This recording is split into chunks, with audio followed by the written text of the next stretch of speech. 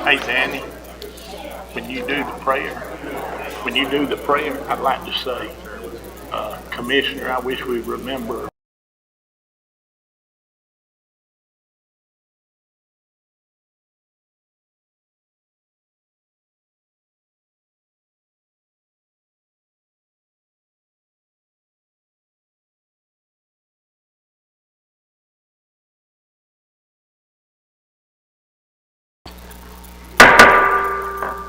I now call the Carroll County Board of Commissioners April 11th meeting to order. At this time, I'm going to ask the clerk to call the roll. Chairman Morgan. Here. Commissioner McClendon. Here. Commissioner Chance. Here. Commissioner Lee. Here. Commissioner Fuller. Here. Commissioner Reynolds. Here. And Commissioner Bailey. Here. Bear with us just a second with the sound. We have our IT director here to make sure we are heard.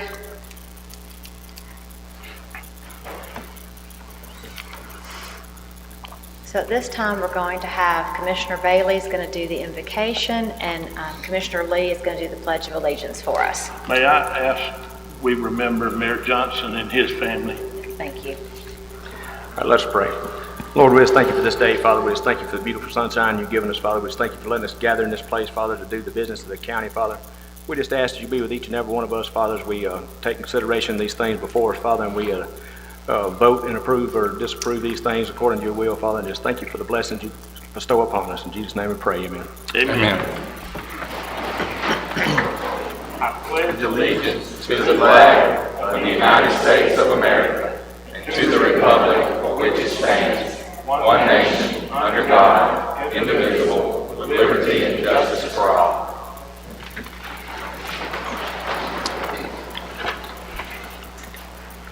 At this time, I'll ask for an approval of the agenda. Madam Chairman, I'd like to make a motion to amend the agenda to go into executive session for the purpose of discussing property, and I'd like to do that prior to the discussion of item 9.9 on tonight's agenda. Okay, Commissioners, we have given you an amended agenda in front of you that's different from what's on the screen. So I have a motion to amend the agenda as presented in paper copy to you. Do I have a second? I have a second. I have a motion and a second. Do y'all need a minute or all in favor?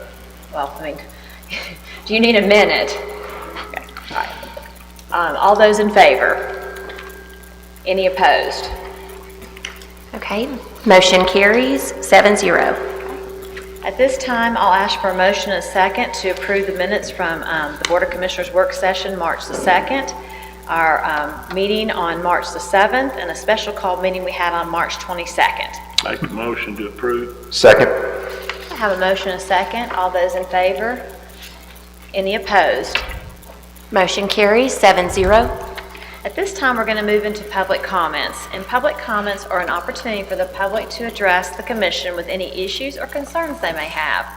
All remarks should be directed to the chairman, not to individual commissioners, staff, or citizens in attendance. Members of the public shall not make inappropriate or offensive comments. Any individual who violates the rules of decorum may be removed from the meeting. At this time, the board will not comment, nor will the board take any action on these comments. And each speaker is limited to 3 minutes. We have a sign-up sheet in back, and at this time I'm going to call Martina Griffin with Keep Carroll Beautiful forward.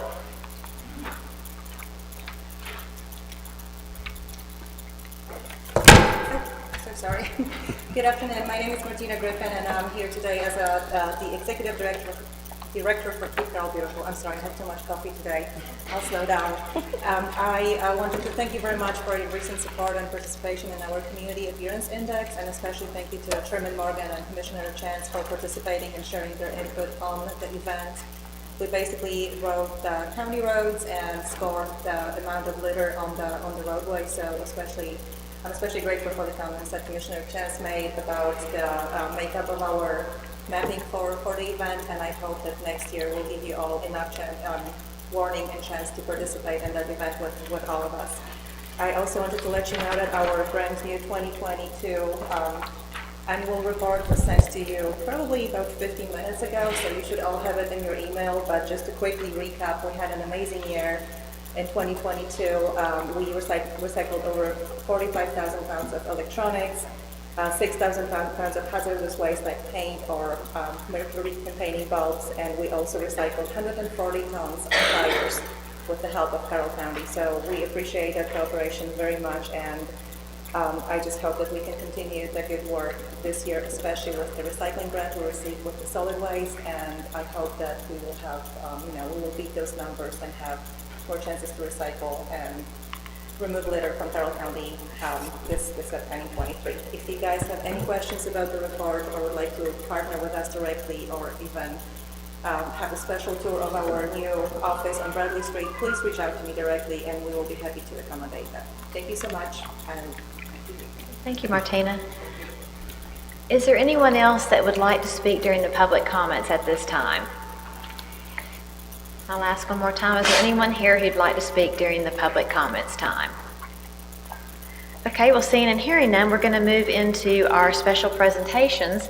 The first one we have tonight is the Georgia Emergency Management Homeland Security Agency Federal, State, Local Disaster Match Policy.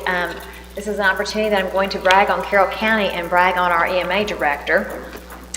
Dear Commissioner Morgan, I'm pleased to report Carroll County has satisfied the incentive standards outlined in the Georgia Emergency Management and Homeland Security Agency Federal, State, Local Disaster Match Policy. Following a presidentially declared emergency or major disaster, Section 503A of the Robert T. Stafford Disaster Relief and Emergency Assistance Act authorized the Federal Emergency Management Agency, FEMA, to reimburse state, territory, or tribe for specific types of disaster response and recovery work.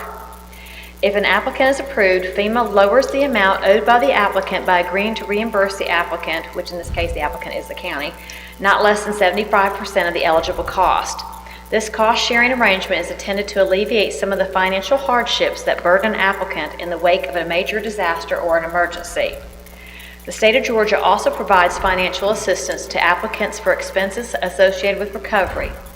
The state reduces an applicant's cost share by authorizing the payment of 10% of the applicant's remaining 25% of FEMA-approved expenses. In addition to Georgia offering 10% to the applicants, the state also offers an incentive program to reduce the cost to counties and local jurisdictions applying for disaster-related grants. And then there's several requirements that we had to make. Actually, there's 10 of them. I'm not going to read all of them because a lot of them are very more EMA direct language than it is for the rest of us.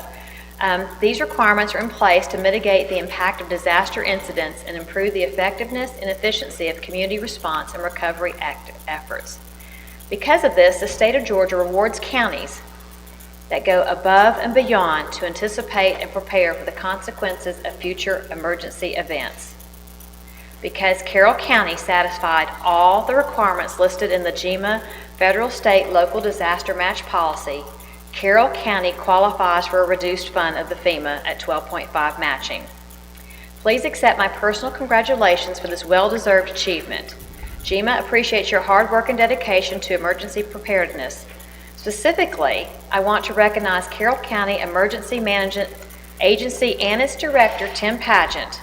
Due to the Emergency Management Agency commitment to excellence, Carroll County will be one of only a few counties to receive this benefit. And for those of you who don't know, there's 159 counties, so this is quite an honor for Tim and for the Carroll County. So on behalf of GEMA, thank you for constantly striving to make your community and our safer place to live. And it's signed by James C. Stallings, who is the Director of the GEMA and Homeland Security Agency. So Tim, if you will come up, we would just like to give you a round of applause.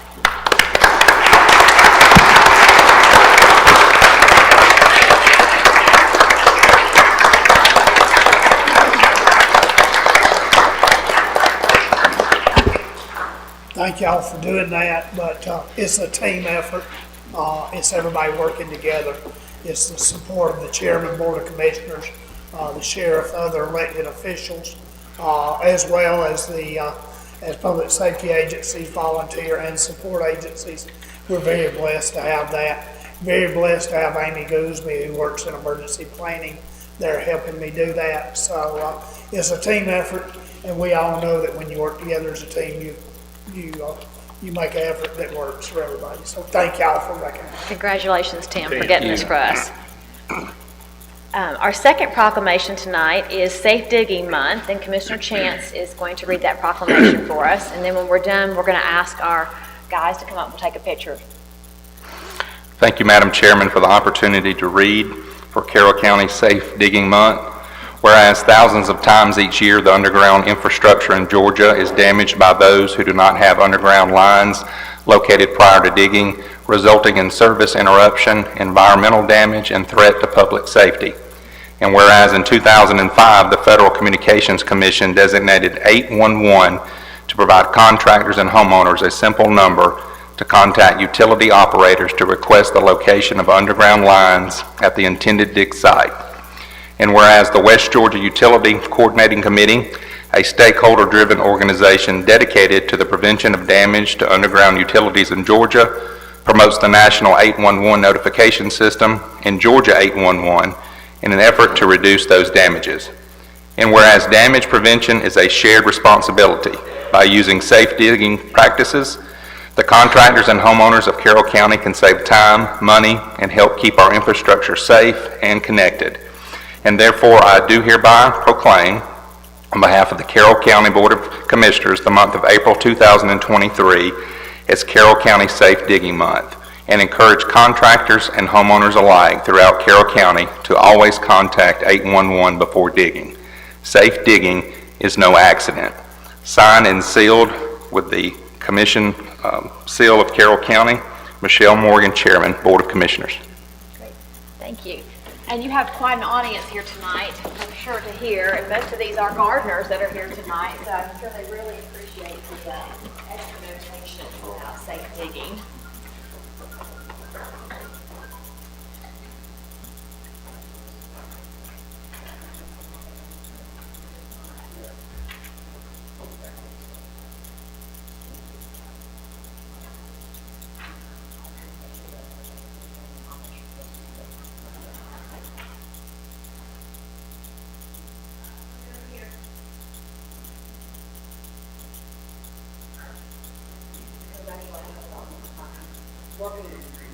Keep us all. Many times the internet goes out and calls immediately, right? So thank you.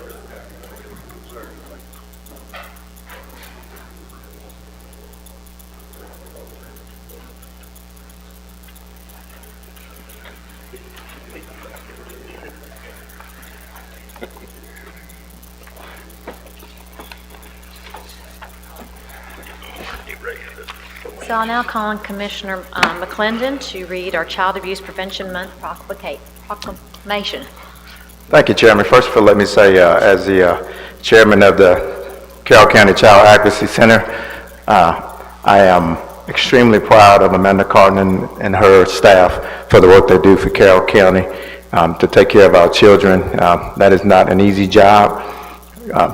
Comes with a lot of emotional stress on a regular basis, but appreciate you ladies for what you do for our kids in Carroll County. April 11, 2022, whereas all children are vital to our county's future success, prosperity, and quality of life, they are also most vulnerable members of our society. And whereas all children deserve to have the safe, stable, nurturing homes and communities they need to foster their healthy growth and development, and whereas preventing child abuse and neglect strengthens families and is a community responsibility that affects both the current and future quality of life of a community, and whereas communities that promote family functioning and resiliency, social support systems, concrete resources, nurturing and attachment, and knowledge of parenting and child development, all are known protective factors will help to ensure that all children grow to their full potential, and whereas effective child abuse prevention strategies succeed because of partnerships created among individuals and families, human service agencies, schools, faith communities, healthcare providers, civic organizations, law enforcement agencies, and the business community. Now, therefore, I, Michelle Morgan, Chairman of the Board of Commissioners of Carroll County, do hereby proclaim April 2023 as Child Abuse Prevention Month, and commend observance and participation in efforts to support families to all Carroll County citizens. In witness whereof, I hereunto set my hand on this 11th day of April of the year of 2023. If y'all will come forward, and many of y'all may notice out throughout the community, the pinwheels, we have some out in our front of the building here. The pinwheels are a way to remind all of us about Child Abuse Month, and I've seen them in several places, so thank you for continuing to remind us. And we'll do a picture right here. We're going to get our steps and our exercise.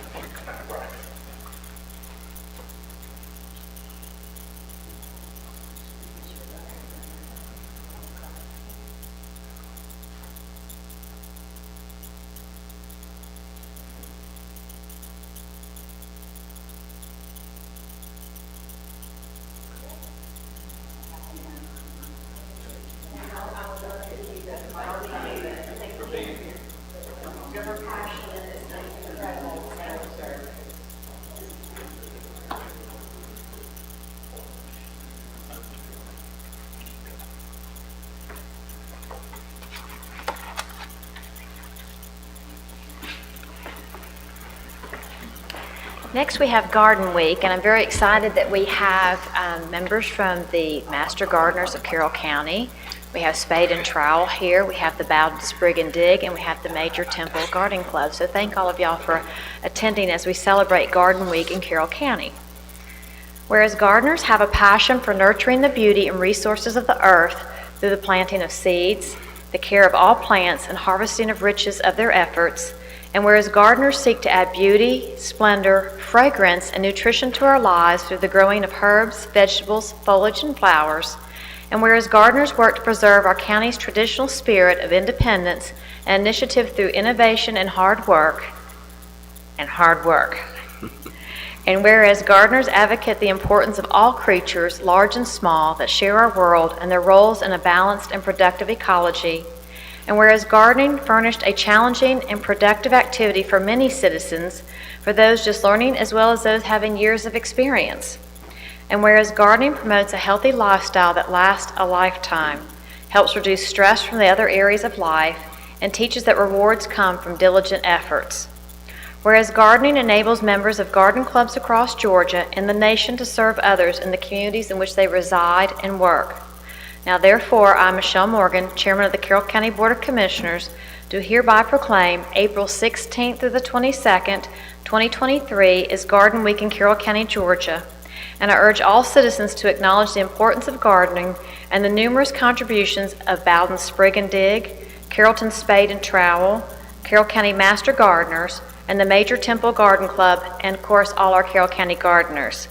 In witness thereof, I have hereunto set my hand and caused the seal of Carroll County, Georgia, to be affixed to this proclamation on the 11th day of April, 2023. So I'd like to ask all of y'all to come forward. Commissioners, I'm going to ask y'all to stand back here since we have such a large group of gardeners tonight. If you'll please come forward. Hey.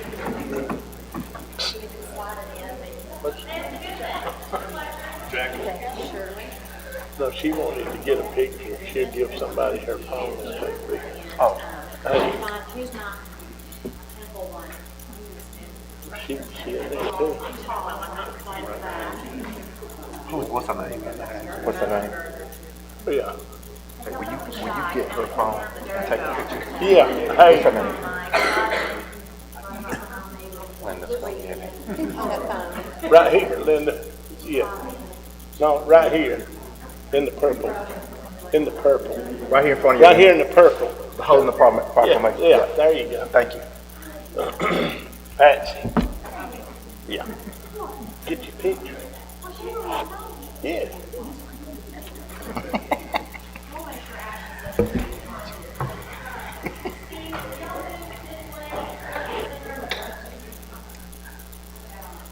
Oh.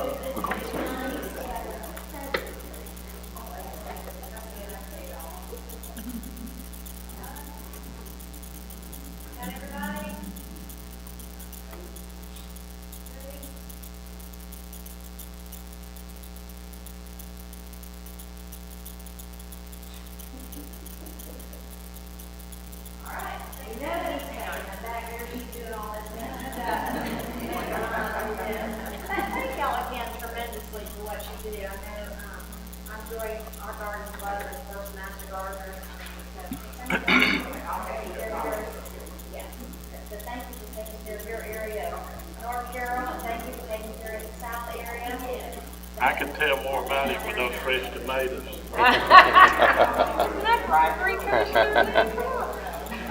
Get a few of them fresh tomatoes, we can figure it out. But you want people to enjoy your work. That's right.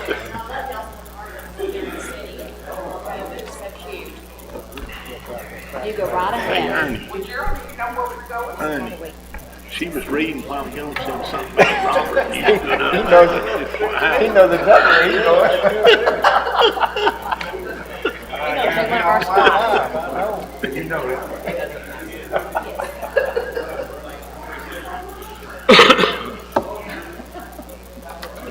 And we've got one more group we're going to celebrate tonight too, the Delta Sigma Theta sorority. Whereas Delta Sigma Theta Sorority Incorporated was founded on January 13, 1913 by 22 collegiate women at Howard University, Washington, D.C. And Delta Sigma Theta Sorority Incorporated is a private, nonprofit organization whose primary focus is public service to the local community, and the major programs of the sorority are based on the organization's 5 points thrust program: economic development, educational development, international awareness and involvement, physical and mental health, and political awareness and involvement. The Douglas, Carroll, Paulding Counties Alumni Chapter of Delta Sigma Theta Sorority Incorporated was chartered on April 22, 2007 by 74 charter members whose work parallels the work of the Grand Chapter. And whereas the Douglas, Carroll, Paulding Counties Alumni Chapter is a sisterhood of college-educated, progressive, and committed women who stand as a beacon of light, providing public service support to improve the quality of life for the citizens of Douglas, Carroll, and Paulding counties. And whereas the Douglas, Carroll, Paulding Counties Alumni Chapter of Delta Sigma Theta Sorority Incorporated, which now has 237 members, has provided scholarships for graduating seniors in Douglas, Carroll, and Paulding counties for the past 10 years. And whereas the Douglas, Carroll, Paulding Counties Alumni Chapter mentors the young ladies and the young men in their youth initiative programs, Delta Academy, Delta Gyms, and Embody. And whereas Douglas, Carroll, Paulding Counties Alumni Chapter will celebrate 16 years of continued public service on April 22, 2023, with the theme, Serving as a Beacon of Light in Our Communities, Remembering the Past, Embracing the Present, and Sustaining the Future. Now therefore I, Michelle Morgan, Chairman of the Carroll County Board of Commissioners, do hereby proclaim April 22, 2023 as Douglas, Carroll, Paulding Counties Alumni Chapter of Delta Sigma Theta Sorority Incorporated Day. In witness thereof, I have hereunto set my hand and caused the seal of Carroll County, Georgia, to be affixed to this proclamation on April 11, 2023. Congratulations, ladies, and if you'll step forward, we'll do a picture.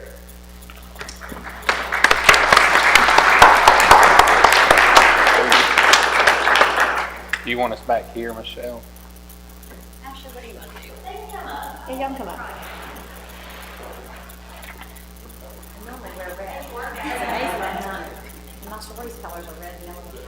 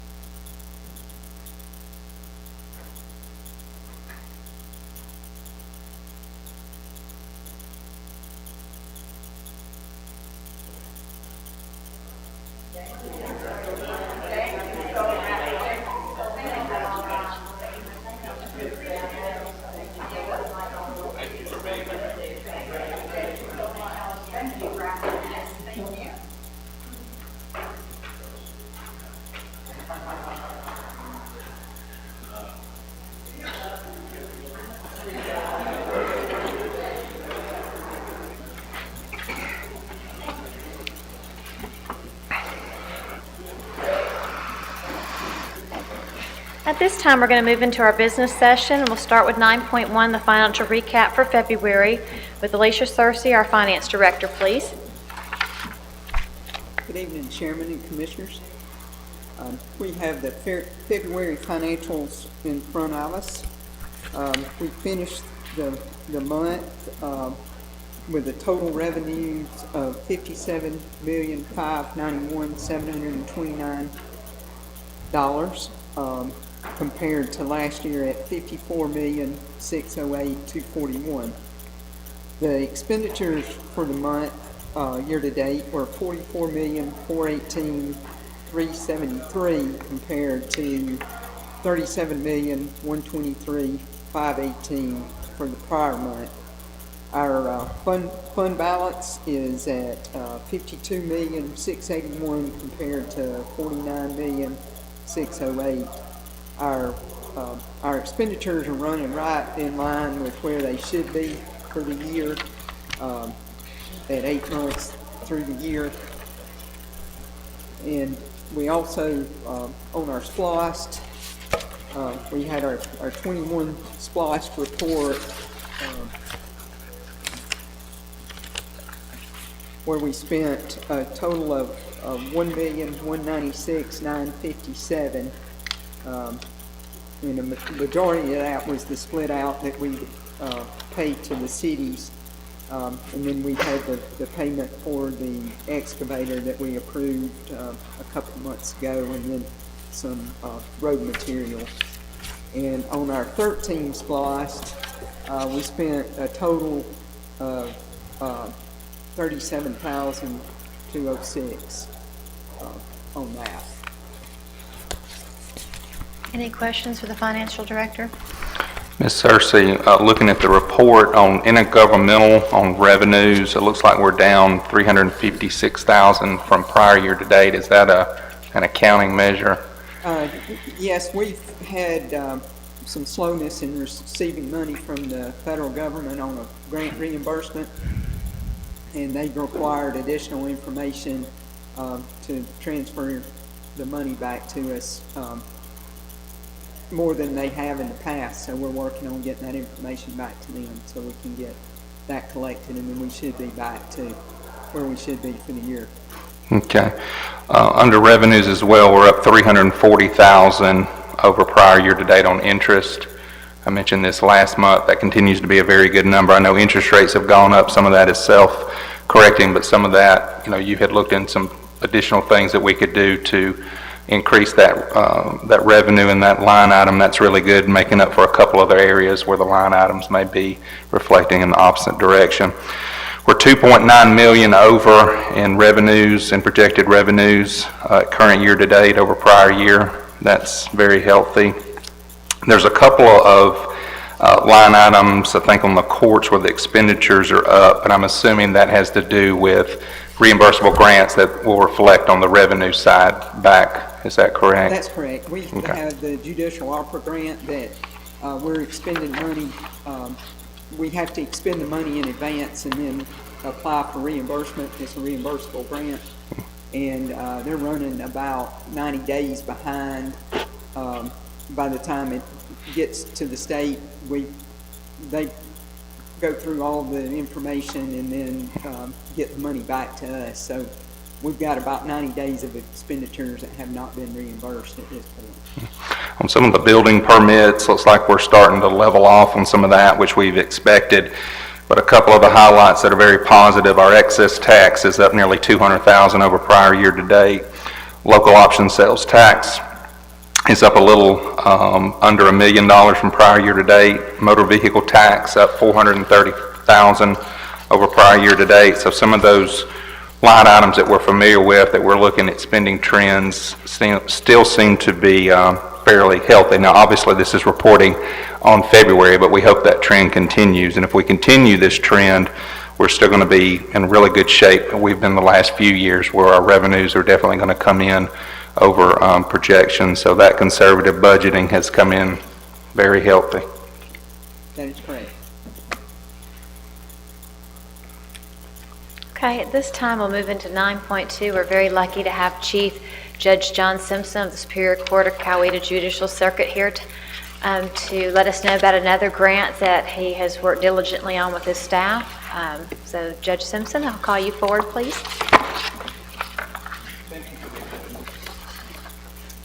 I would like to go through a PowerPoint just to tell you a little bit about where we are with the grant. So we titled this Analyzing Data to Drive Change, and I think data is something we've really been missing. Next slide, please.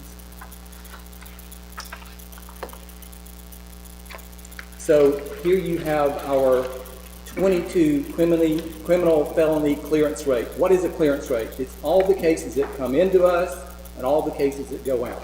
And they go out through a guilty plea, a jury trial, or a dismissal. So you see our treatment group here in Carroll County that received the full ARPA treatment. And then we have a comparison group, and if you look at the disposed of cases, you can see 409 for the treatment group and 285 for the comparison group. And these cases were randomly selected by Alan Lee with his computer. We didn't have anything to do with the selection of the cases. Next slide, please. And here you have the clearance rate of the treatment group and comparison group, and you can see that the treatment group is 32 points ahead. Next slide, please. Here you have a projection of where we're going to be, and you can see in roughly November of this year, we anticipate being caught up. Next slide, please. And here you have our clearance rates spelled out through the course of the year. And you can see there we had a massive month there in roughly the middle of the year, about June, where we approached 280% or so. And bear in mind, with the Administrative Office of the Courts, 100% performance is award-winning level of performance. And then you see at the middle of this diagram going forward, we're projecting to be performing at 135% going through the year of 23. Next slide, please. Here is a comparison of days in jail from the treatment group and the control group. And the treatment group is the yellow. And you can see the yellow treatment group has about 2 cases that are more than 1 year old. And the comparison group has 21 cases that are more than a year old. Next slide, please.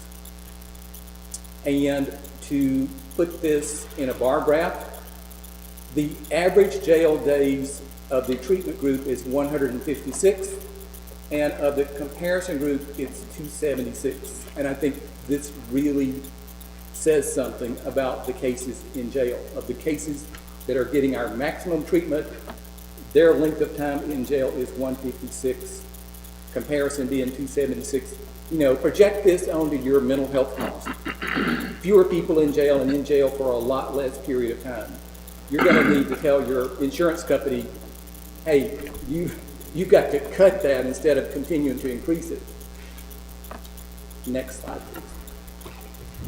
Total case length on average. So you see pre-COVID where we were at roughly 300 and I can't quite read it. 13. Here we go. 313 pre-COVID. During COVID, our case length went to 484. And what I'm talking about here is when a case starts with an indictment or an accusation and when it closes. Post-COVID, we hit 97 days in length of our cases. So our case processing time is way shorter. Next slide, please.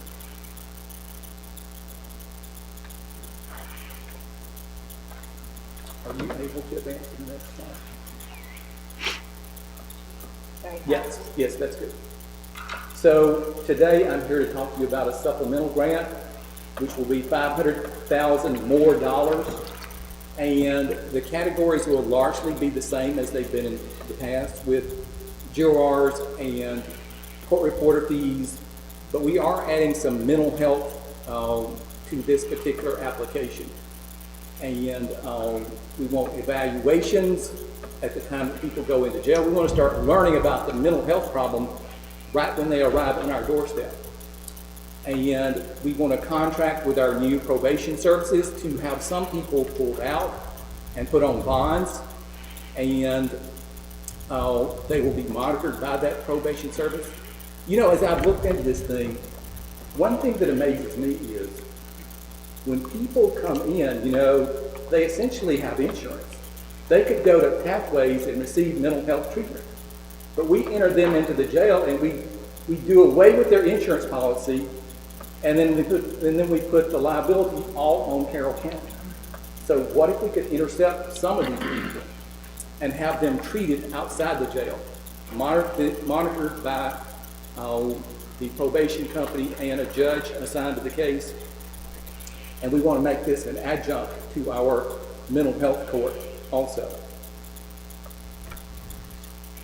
Next slide. And this is our mental health day that we had. We had 50 people to come in and have a discussion about mental health. And it was a really good discussion. What has been even more valuable, though, has been all of us getting in the room for the first time, and has been the discussions that have followed that have been even more valuable. And that's a part of how we arrived at our ideas about applying for mental health funds. Next slide, please. And again, this is the same thing I was just telling you. Early evaluations, getting on the problem early, and especially bond program. So, next slide, please. These are some technology grants we're applying for in this grant. We want to connect 4 different courtrooms to the jail so that inmates will not have to be brought over for bonds, for arraignments, sometimes for guilty pleas. You know, this is a big hassle for the sheriff's department to have to bring them over, and a big security problem. And we could operate more efficiently if we had court hearings through a remote connect. So we won a grant from the NCSC for one hookup, and we want to replicate that in 4 other courtrooms. Next slide, please. And these are the phases of the implementation of the technology program. And this is going to coordinate with the program that you have being created. So it's going to fit in with it. Next slide, please. That's the last one? Okay. Thank you. And I think Jacob can speak more to the technology issues too. Any questions? No, I appreciate you all continuing to apply for these grants that are available, and it's wonderful, the reimbursable part. I mean, obviously we're fronting to get you started, but being able to have the reimbursables and really homing in on a lot of things that are going on and trying to improve the function of the court system. So thank you for that. Yeah, and let me just add, there are roughly 40 people in Carroll County Jail now who have been there for more than a year. In another of our counties in our circuit, we've got 133 people there. So we are making substantial progress, and we anticipating smashing this whole backlog problem by the end of this grant. Correct. Got a quick question for you. Yes. So we prepay and then get reimbursed from OPB, the state. Yeah. And in our write-up, it says grant amount up to 500,000. So how likely is it to receive the full 500,000? Well, we've received everything we've applied for thus far. We've applied for 3 grants, and we've gotten the funding for all of it. I mean, it's been a lot of work to work out the categories. It was really difficult starting. Worked very closely with Alicia, and she spent a lot of time helping us. And hopefully we get to hold them out. And I would like to also introduce Sydney North, our program director and chief researcher, right here. And also Donna Simpson, our court volunteer. She helps me with research too every day. So Thank y'all. Thank you, Judge Simpson. Thank you, Judge. And as a side note, Judge Simpson and Alicia have set the standard for the rest of the state on how to do these grants through the county and get in the process. So thank you, Alicia, again for doing the extra work on that. So do I have a motion and a second to approve this grant? Make a motion to approve. Second. I have a motion and a second. Is there any further discussion? Seeing and hearing none, all those in favor? All those opposed? Motion carries 7-0. Thank you. I'm now going to call Brad Robinson, Keith Price, Captain Keith Price, forward for 9.3, consideration from the Sheriff's Office to purchase some equipment for the vehicles we anticipate showing up soon. Keith Price with Carroll County Sheriff's Office. We're requesting funds for the amount of $272,301, and this is going to be funds that are for the incoming fleet of vehicles for the Sheriff's Office for 2023. This will be equipment installation, including all purchase of the equipment, whether it be cages, consoles, printers, all that. It also includes the camera systems for 16 cars and striping. Be $171,261 for the equipment installation. Camera systems cost is $93,040. Striping is $8,000. Total $272,301 to be funded from our school camera fund. Commissioners, any questions for Captain Price?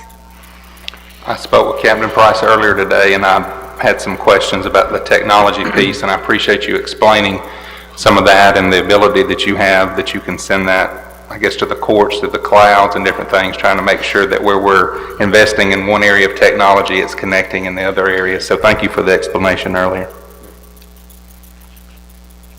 Keith, could you tell us one more time, just so that everybody knows, where's this money coming from? This money's coming from our school camera fund. We have up on Bay Springs Middle School on Highway 61 and Sharps Creek Elementary on Highway 113. They are radar cameras that control our school zones. So those funds are derived from that fund.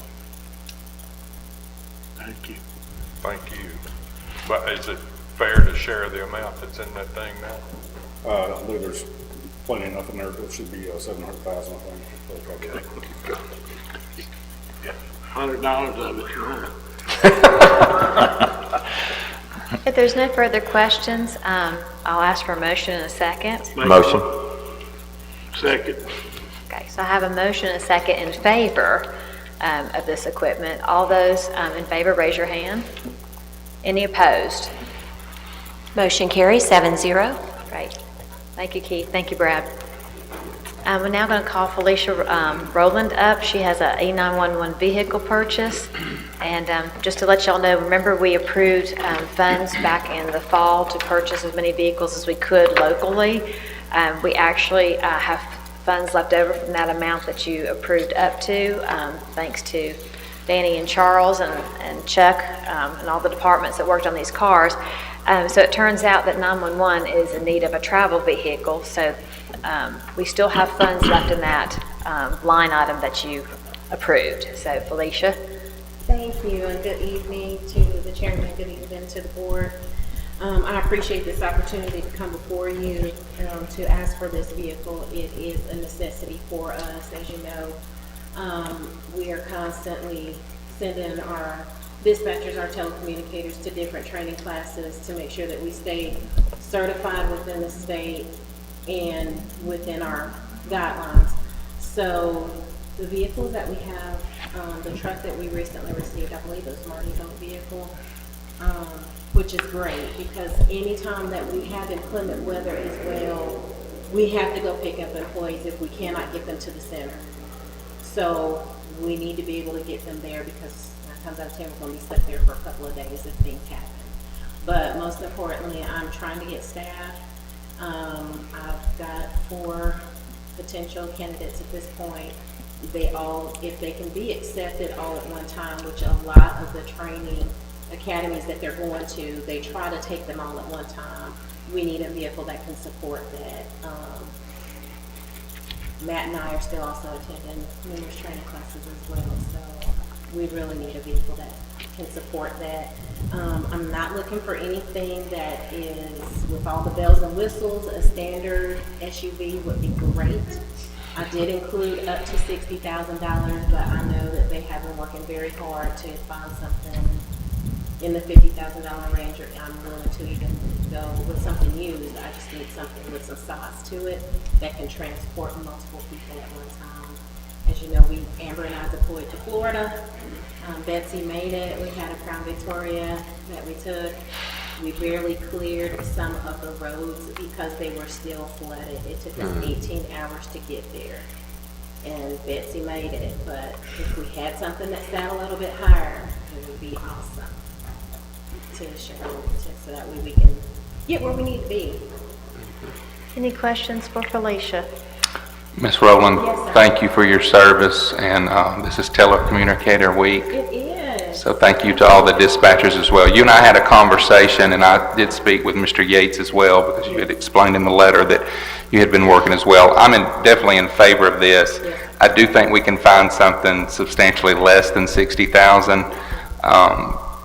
Whether we make a motion and it's approved for a lesser amount, or there's good faith that we can find, I think we can find something new a lot less than that, or we can find something used, as you explained, and maybe get a 100,000 mile warranty on it as well, and maybe get a little more bells and whistles on the vehicle, even though that's not what you're after, but maybe to make it a little bit more comfortable. So as long as we try to stay under that amount, I think we can do a lot better than the 60,000. So.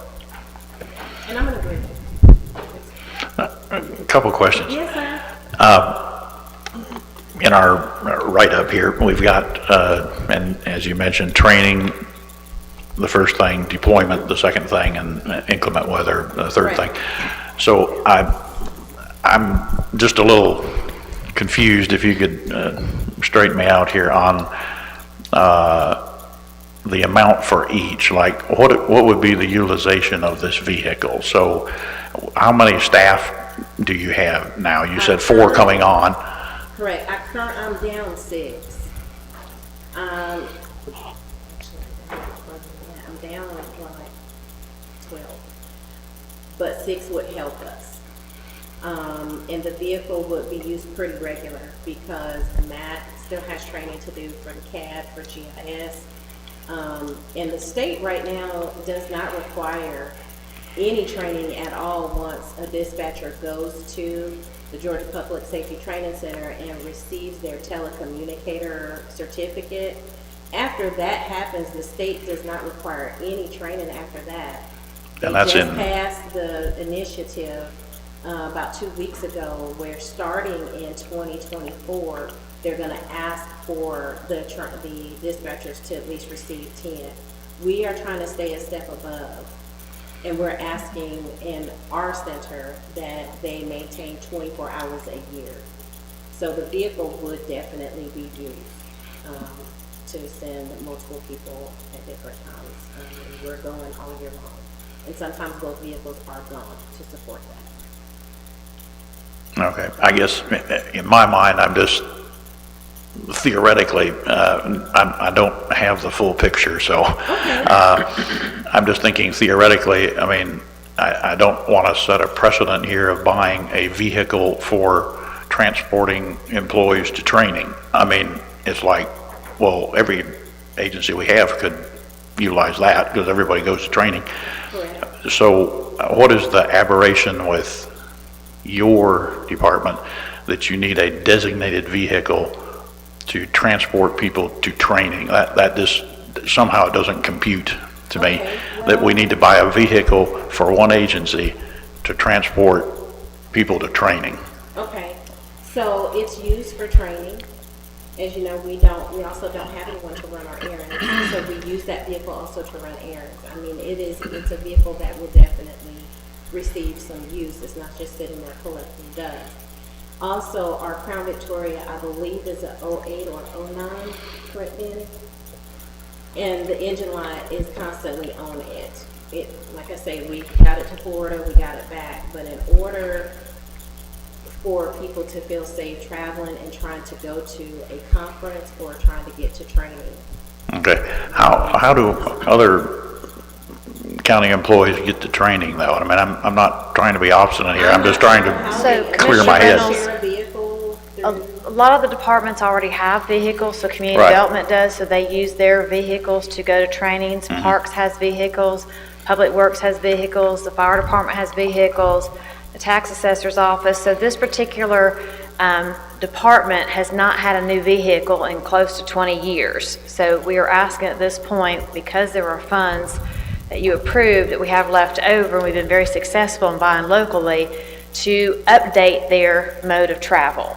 So yes, other departments have vehicles, and you know, a lot of employees can use their own vehicle and get paid back the mileage, but not all employees have vehicles that can travel. I just know that's what, as a commissioner, when we go to training, we have to use our vehicle and then get reimbursed from it. Or you could check out the other Crown Vic over at the Public Works. Never So, checked it out, never knew that. I'm just trying to, I mean, if my constituents ask me tomorrow, I mean, why'd we spend $60,000 for a training vehicle? I want to be able to make sense, you know, to them, and it's like, I can't right now. I think we are spinning our wheels talking about training, but there are other points here too. Well, She's that's why I asked my first question, Yeah. how much for the training, the deployment, and the inclement weather? So, Well, the inclement weather, I mean, we are all keeping our eye on that. So, you know, when that happens, it calls for all hands on deck.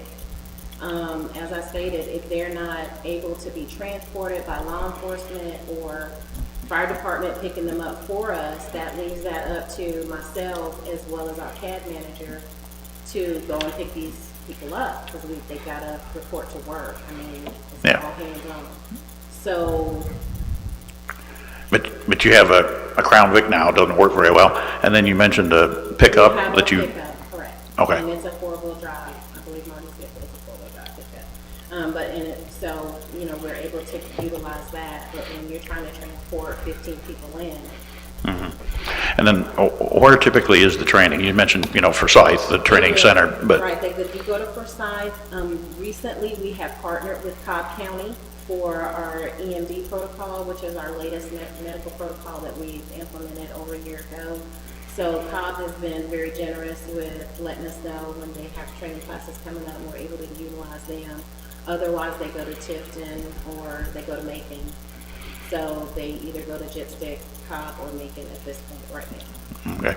And last question, what is your feeling then about the situation that we mentioned as far as reimbursement for using a personal vehicle and 3 or 4 people going in a personal vehicle? I mean, that's...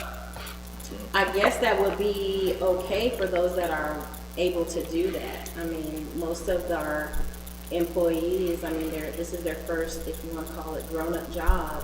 So they may not have dependable transportation, which is why the county vehicle is there for them to use that. The ones that are able to do that, by all means, that's what they do. But we have some that are still young and they're trying to get established, and they may not have transportation to do that. So making that vehicle available to them to be able to get where they need to be is vital. Okay. And we're still implementing different things into the training program. So we have another set that's coming up in September, I believe, for our EMD, and it requires them being gone for 4 days at a time. So it will be crucial. I'm not looking for anything new, as I stated. I just need something to replace Betsy. Okay. And something that has a little bit more space. If we've gotten 4 more that are now TERT certified, so if that disaster does hit again, or when it hits again, it's not if, but when it hits again, if they're able to deploy, they are going to need room for luggage. They are going to need room to travel. And the Crown Vic, we barely made it. And so we're there for 2 weeks at a time at least. Yeah. What's the dollar amount that we're setting on this? Is it 60,000 or is it something less? We're shooting for definitely something less, much less. I believe Danny's, what are we looking at? 50,000 or less range, definitely. If there's no further questions, I'll ask for a motion second to approve a 911 vehicle purchase of up to $60,000. Oh, did you have a question? I'm sorry. That's all right. Okay. It's just a point of clarification. Yes, sir. You already have a 2008 Crown Vic, right? Correct. So y'all are already using, you have a vehicle on site that you're already That's using. correct. You're just looking to replace the one you already have. That's correct. A 2008 Crown Vic. How many miles has that thing got on? Last time that the odometer actually came on, because the check engine light is on it right now, I believe it read 248,000 miles. Chief, I was still coaching your son in 2008. So when Wow. the odometer does come on, came on about a week ago, and I believe it read 248,000. Okay. I'll make a motion that we approve the purchase of this vehicle in question in an amount not to exceed $60,000, with the understanding in good faith that Ms. Rowland and Mr. Yates will do everything to make that price lower, assuming that the product will meet the need. I second that. Okay, great. I have a motion and a second. All those in favor? Any opposed? Great. Motion carries 7-0. Great, thank you. Felicia, I'll go ahead and have you stand there because we've had to do an HVAC replacement. Yes, ma'am. On March the 13th, we're also hosting training classes here as well, because we're partnering with other counties to host classes as well. And on March the 13th, one of our AC units in the Emergency Operations Center completely went down. Upon further inspection by maintenance, it was discovered that it possibly got struck by lightning. The maintenance has said that the unit itself is heavy industrial commercial, so it is not a unit that is normally kept in stock. The higher bid that we did receive for the $16,608 replaces the actual unit that matches the one that's already up there. So we have one that is functioning and carrying that whole room, and the other one being completely out. That one will match what's already there.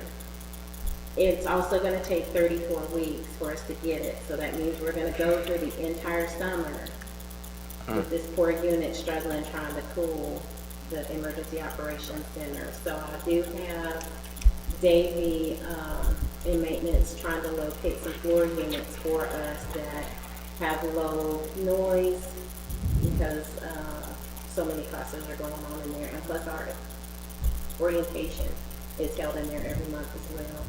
So the 16,608 is full and final. There's no additional cost, even with the one that's 10,757. That one is not quite in stock, but we could get it within 10 to 12 weeks, I believe. It would also need to be built, but it is a substandard unit that will require maintenance to the building. So what that means is the mounts would need to be replaced. The ducting into the building would need to be replaced. The pipes would need to be replaced. And then there's the potential for us to have another leak in that room. We haven't had one in a while, but there's the potential for us to have a leak in the room. So I was hoping that you guys would vote to replace the one that's already up there for the 16,608. There's no additional cost for it. We will not have to rent a crane.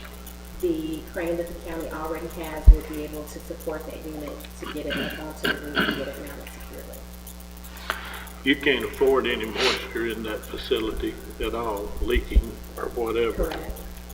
So I understand that.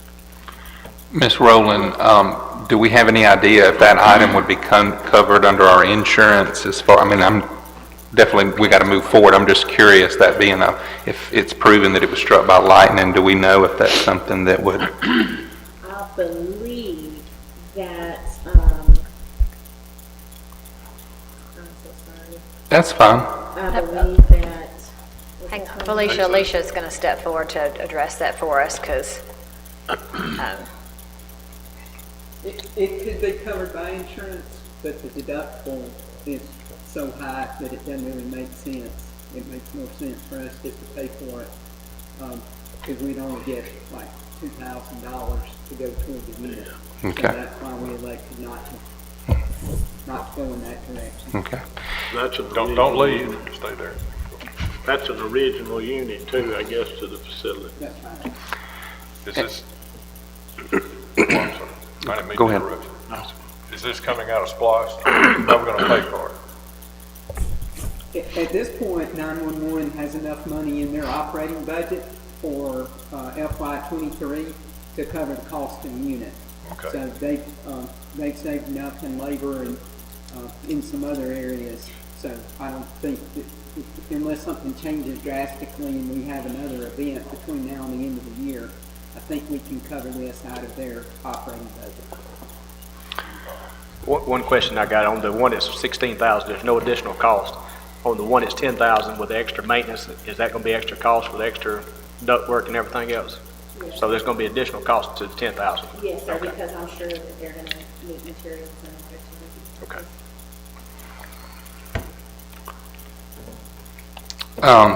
Anything on an extended warranty, if I get to make the motion, I'm going to put a limit not to exceed a certain amount. I think we need to look into that. I will double check on that first. Did they mention anything about being able to pay more to expedite the order? No, sir. Unfortunately, that it is what it is. Okay. And one more thing, as we talked, I think yesterday, Yes. so you will be able to get the floor units, you think, to be able to cover your needs for the summer? Because I know with all that in there, it's probably going to be Yes, warm. sir. Okay. Yes, sir. If there's no further questions, I'll look for a motion and a second to accept the $16,608 towards an HVAC unit for the 911 center. I make a motion to approve that in effect, as just mentioned by the chairman. In addition, add an amount not to exceed 15% of the purchase price for an extended warranty if the chairman so decides that that needs to be purchased. Second. Okay, I have a motion and a second. All those in favor? Any opposed? Motion carries 7-0. All right, thank you, Felicia. I'm now going to call the Fire Chief, Chet Barnwell, up for 9.6 and 9.7, the Mount Zion HVAC unit also, and Sand Hill Station's concrete repair. Yes, so more air conditioning problems. So Station 4 in Rootville was the actual unit for the air conditioner on March 31st. We were told that the air conditioner in Station 4 was not working in the living quarters. Had Public Works go out and take a look at it. It came back and said, your 1984 unit is done. So it had a hole in the compressor. He went out, Todd from Public Works went out and got 2 quotes. And we went ahead and went with a replacement unit, about 30, it was 39 and change, I think is what the amendment was. On our screen, it shows, yeah, 39.4240 is what it wound up being with some parts and stuff. So if we could get that approved, I'm asking for that to be approved. Okay, so a correction to the minutes, it's now Mount Zion, it's Station 4 Rooteville. Yes, ma'am. Okay, great. And the dollar amount again was? 39.40, 42. 40. Okay. All right, great. So that has already been done. Yes, sir. Yes, sir. And Todd was able to get the thing ordered with approval and got it done. It finished Wednesday, last Wednesday. If there's no further questions, I'll ask for a motion and a second to approve Station 4 Rooteville's HVAC unit replacement. Motion to approve. Second. I have a motion and a second. All those in favor? Any opposed? Motion carries 7-0. Thank you. February 24th of this year, it was reported that the apparatus bay 4 at Station 3 located in Sand Hill was cracking and water was seeping up from whenever the engine backed over it or drove out over it. It's right at where the apron from the street side apron meets the bay floor, and it's cracked, and you can see some place up. Can you hear any pictures of it? I don't know if it did. Okay. There's what's going to be repaired as far as the drawing of it. Yeah, you can see the cracks. It's right in front of that bay door there on the front side, and that's where some of the cracks are coming down.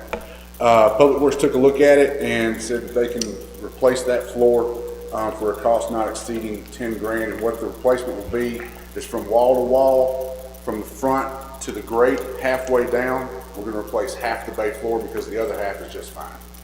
And they said they can get that taken care of in a matter of a few days.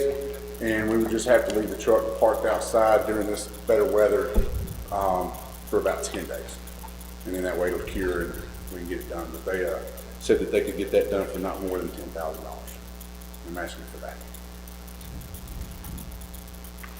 Chief, you and I spoke on the phone earlier, and my concerns about the building being so old, nothing against Public Works, I know they're top notch, but making sure that we're not going to cause other problems, and I know that you checked into that, and it's going to be done very carefully, that we're not going to make anything else Yes, crack. they've got a saw that'll just cut straight through and straight down, and it's not jackhammering or anything like that. It's just a cut saw, and then they'll dig it up with a skid steer. That's great. If there's no further questions, I'll ask for a motion and a second to approve the Sand Hill Fire Station concrete repair. Motion to approve. Second. I have a motion and a second. All those in favor? Any opposed? Motion carries 7-0. Thank you, Thank Chief. you so much. We'll now move to 9.8, environmental health fees. I'm going to call Jake Holloway from our Carroll County Environmental Health Department. Good evening. We had a little difficulty collecting fees last year, so we're going to do an amendment to assist with some of the fee collections, and we realized that our fees hadn't been approved in about 15 years. So we went back and revisited the schedule, and we pulled up some comps from other counties to make sure that we were pretty similar in line. I used Coweta and Fayette. They were kind of comparable sized counties, had about the same workload. We had a few fees go up, but most of it was we took a lot of outdated fees that we didn't provide services for, removed them. We consolidated a lot of fees, and I think we added one and tiered one, but that was most of the changes we had. I'd be glad to answer any questions we had about those. Mr. Holloway, not having something to compare to from previous year, but you said you've stated and kind of got a market value, if you will, from surrounding areas. Not that that's always what we have to go by, but that there's nothing that's going to be glaring out of line that we would be getting calls to say something was... I did, and I actually brought those for you. I didn't have them attached, but I got a couple of copies if anybody wants those.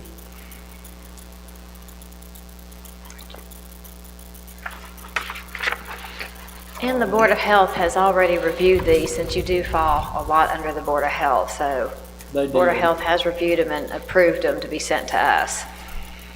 Which ones, just off the top of your head, Jake, do you know, the Schedule A, Exhibit A is the new schedule, right? Okay, yes, Exhibit A is the new schedule. Okay, so which of those, just running through those, would have increased the most, do you think? The ones that increased, the one especially the most was indoor air quality. It doubled. And the reason for that is when we originally set the fee, we had a grant to implement it, and we set it at $100. Well, it costs us, not including staff time or anything like that, just the lab charges us $140 for the test. So we did double that one. And how does that compare now to, say, Coweta County? We're the only county that provides that service, so I didn't have a comp on it. Okay. We did remove the out-of-county because we're not performing those anymore. They got so expensive with travel that we dropped that. So we removed that one. Pool plan reviews, they're pretty extensive. I think we went up $50. One that we tiered was for existing system evaluations. So we had a flat $75 fee, and that was for anything from a large industrial complex to a closing letter for a house. So I moved the commercial to 150, and I moved the foster care closing letters down to 50, and then we put the residential in at 100, so it's kind of tiered out more the way it should be. Residential repair, I think we went up $25. It's still less than the other counties. We want to keep it low to encourage people to actually get permits. And the only other one that increased was the subdivision lot fee. It's on the individual lots when they apply for a subdivision plan review. It's based on the number of lots they have. So we went up a little bit on that fee because it has gotten a lot more complicated to do those. But I think that's all the increases. The rest were consolidations and removals.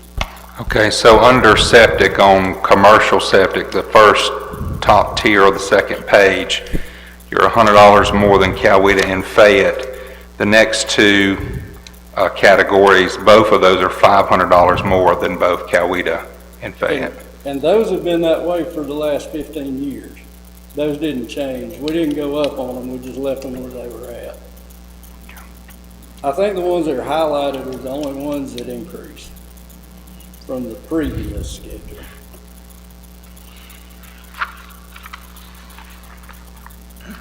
And granted too, Coweta and Fayette, it may have been a while since they've done theirs too. I don't know how long it's been since they've revisited theirs. Well, and could it be possible that they have more volume under that area, therefore they're able to level out their expenses more than you would? As far as the numbers I compared, because I pulled septic numbers, the amount of septic they do, the amount of restaurants we do, and those two counties were the closest to us. So we were pretty close. And I think one reason for the higher numbers on the commercial is the last time it was approved was about 07 or 08, and we had a very downtime then, and at the time the board didn't want to go up on residential fees, so commercial is where they went up on. But those fees have been there that way for about at least 15 years. There's no further. I just had a couple of questions. So I see a couple $300 and some charges. The septic pump truck fee, I mean, are we in the septic pump business? Yeah, so that would be the pump out trucks. We permit, the state permits the company. Okay. But we inspect the trucks and their base of operation. Mm-hmm. So we essentially do the inspections for the state, they certify the companies. But that is the fee for their base of operations and their truck inspections. Did that one go up? I don't think it did. I don't think that Is that a one-time shot, or is that you inspect these trucks every year? Was that Mr. Is that a one-time shot at $300, or is it you inspect the trucks every year? It's a yearly fee. Okay. All of these inspection fees are yearly fees. Okay. Now, we'll still inspect at the minimum required times, whether that's once a year, twice a year. If they're a bad actor, we may do it 3 or 4 times a year. But that fee includes all inspections that are routine. If they were to say fail an inspection and it was their fault they failed it, it may incur a re-inspection fee, but that fee covers all the routine inspections for the year. What's a TA plan down toward the bottom there? That is a tourist accommodation, so like a hotel, that could include a lot of things. Anywhere the public could stay for a fee. So it could be Bed and breakfast? Bed and breakfast don't really fall under us. They're more of like they're kind of like an Airbnb. So it would mainly be places that are more of a commercial type business. What about VRBO kind of stuff? So Airbnbs and VRBOs, we do those on a complaint basis. There's quite a few of those out there. Did those go up at all, those fee amounts? On which one, the tourist? TA, yeah, both the tourist ones. Let's see, I don't think TA went up, no. No, it didn't.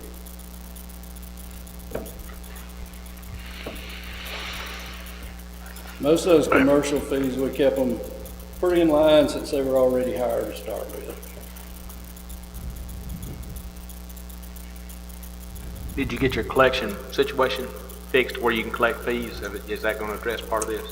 Yeah, so what it was is we had never had any repercussions for not paying a fee.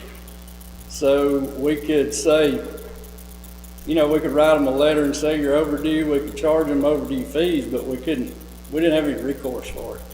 So what we did is we added in, we had this 10% structured fee. It's confusing.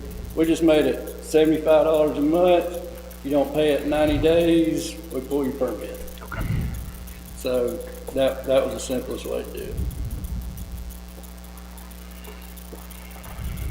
If there's no further questions, I'll look for a motion and a second to accept the new health fee schedule resolution. I'll make a motion to approve the new fee structure as presented and recommended by the Board of Health. Second. Great. I have a motion and a second. All those in favor? Any opposed? Motion carries 7-0. Thanks, Jake. Thank you. All right, we're going to then move down to 9.9 under the new agenda that was amended. Animal Services Part-Time Correctional Officer. I'm going to call Christy Owens, our Animal Services Director, to the podium.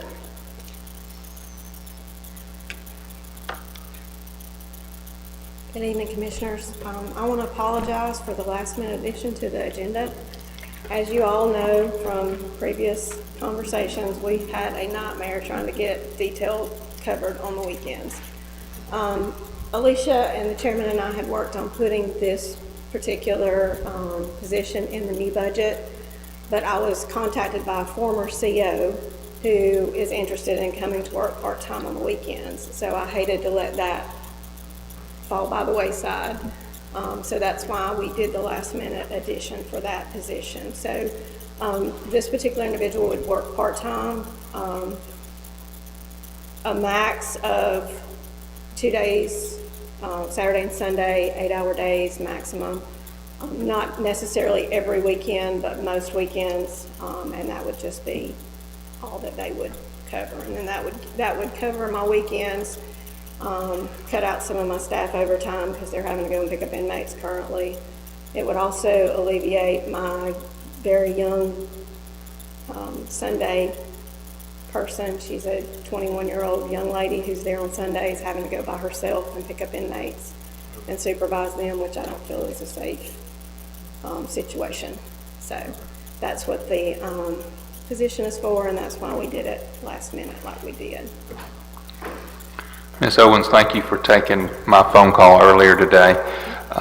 It's my understanding that this individual that you're looking to hire is already certified, and so there's the capability that they can bring out up to 12 inmates at once, whereas your current staffing, the way that's situated, since they're not an armed guard, so to speak, they can only bring out 3 inmates at a time. Yes. So you feel confident that this is going to really help propel you where you've been having a nightmare of getting things done on the weekend. You feel like this position is going to hopefully shore that up. Absolutely.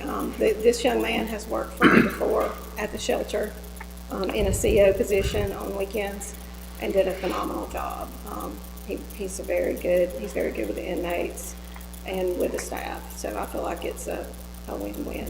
And based off our conversation, the way that you would be structuring this, as you just stated, it wouldn't be like a time and a half or double time, so to speak, on the weekend. Since it's a designated part-time position with those specific hours, there would just be the regular hourly rate. Is that correct? Yes, the regular CO rate, which is $17.77 and change, I think. Thank you. this would be on the animal services side, so our write-up says, okay. Yes. Okay. And on the shelter side. So they would be bringing the inmates out to care for the animals on the weekends, clean Okay. water, feed, all of those things. I'd just like for you to consider, and this could be covered in our upcoming budget talks, but on the animal control side, we've been over scenarios from constituent calls and so on, and I would like us to consider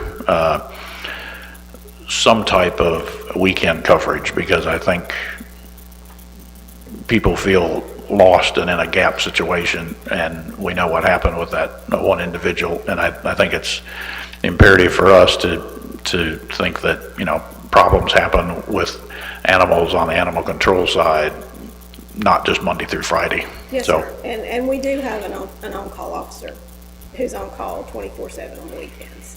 But they only respond to emergency situations. So calls come in through 911, and then that officer who's on call responds in emergency situations. We have discussed the possibility of adding additional officers and doing a rotation where, you know, it's a 7-day-a-week rotation. That's another budget discussion. yeah, I'd just like to see I guess I get periodic complaints on the control side, and I think we need on the animal control side to improve communication that goes from whoever is manning the phone to constituents, so that they don't feel sidelined and that they have no address of their problem. That's just, it's happening too much. Yes, sir. And then if there could be, yes, some consideration of some weekend coverage, so that when situations like that happen, folks don't feel stranded and problems don't occur, and then we're in a situation where we're really in a pickle come Tuesday because nothing was done Saturday, Sunday, and Monday. So. If there's no further questions, I'll look for a motion and a second to approve this position. I make a motion to approve. Second. I have a motion and a second. All those in favor? Any opposed? Thank you. Thank you, Christy. Motion carries 7-0. And last, we have just a short-term appointment of position number 1 on the Region 4 EMS Council. Will be vacated till June 30th, so I would like to ask your approval to appoint Tim Paget for the short term. So moved. Second. I have a motion and a second. Any further discussion? All those in favor? Any opposed? Motion carries 7-0. Okay, so at this time, I'll have a motion and a second for us to move into executive session for the discussion of real estate. And we do plan to come back and take action. So as usual, our recording will go to probably the county logo, and then we will come back. So if I could have a motion and a second, please. Motion to move into executive session. Second. Okay, all those in favor? Any opposed? Motion carries 7-0.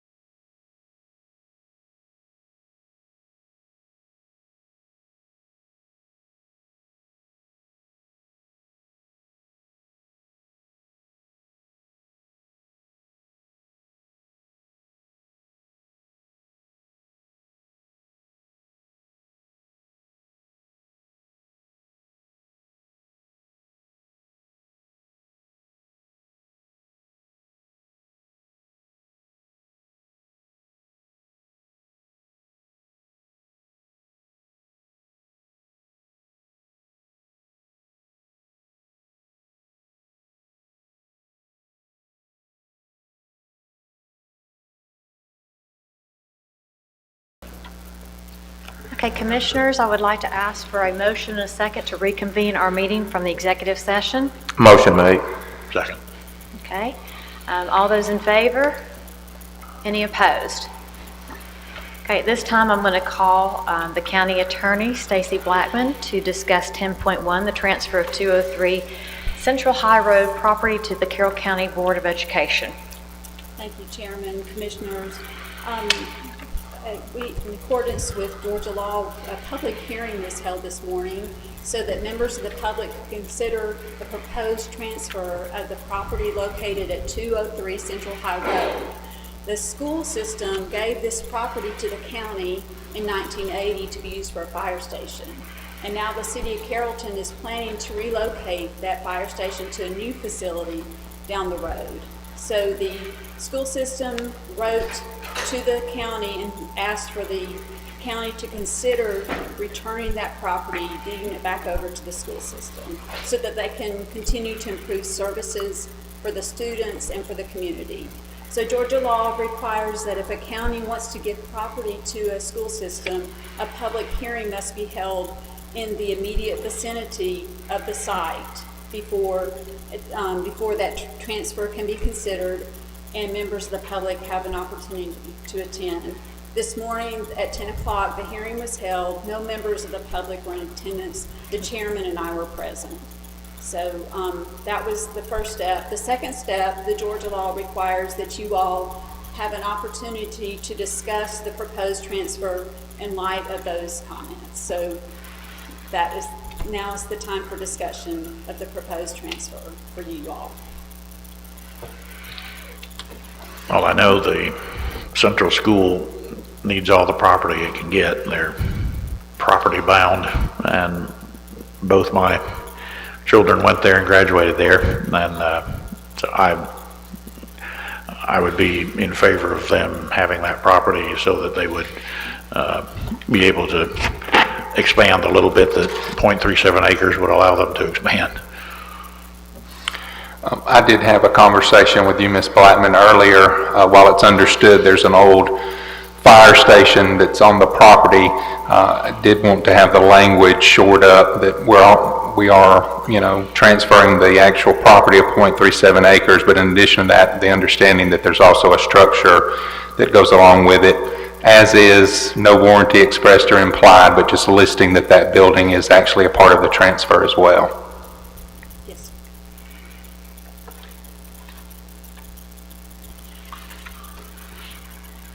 Seeing and hearing no other comments, at this point I'll look for a motion and a second to transfer the property to the county school board. Transfer it back, I guess, to the county school board. Motion made to transfer the property back to the school board. Second. I have a motion and a second. Is there any further discussion, any further questions for the county attorney? Seeing and hearing none, all those in favor? Any opposed? Motion carries 7-0. I'll now look for a motion and a second to adjourn. Motion. Second. I have a motion and a second to adjourn. All those in favor? Any opposed? Meeting adjourned. Thank you.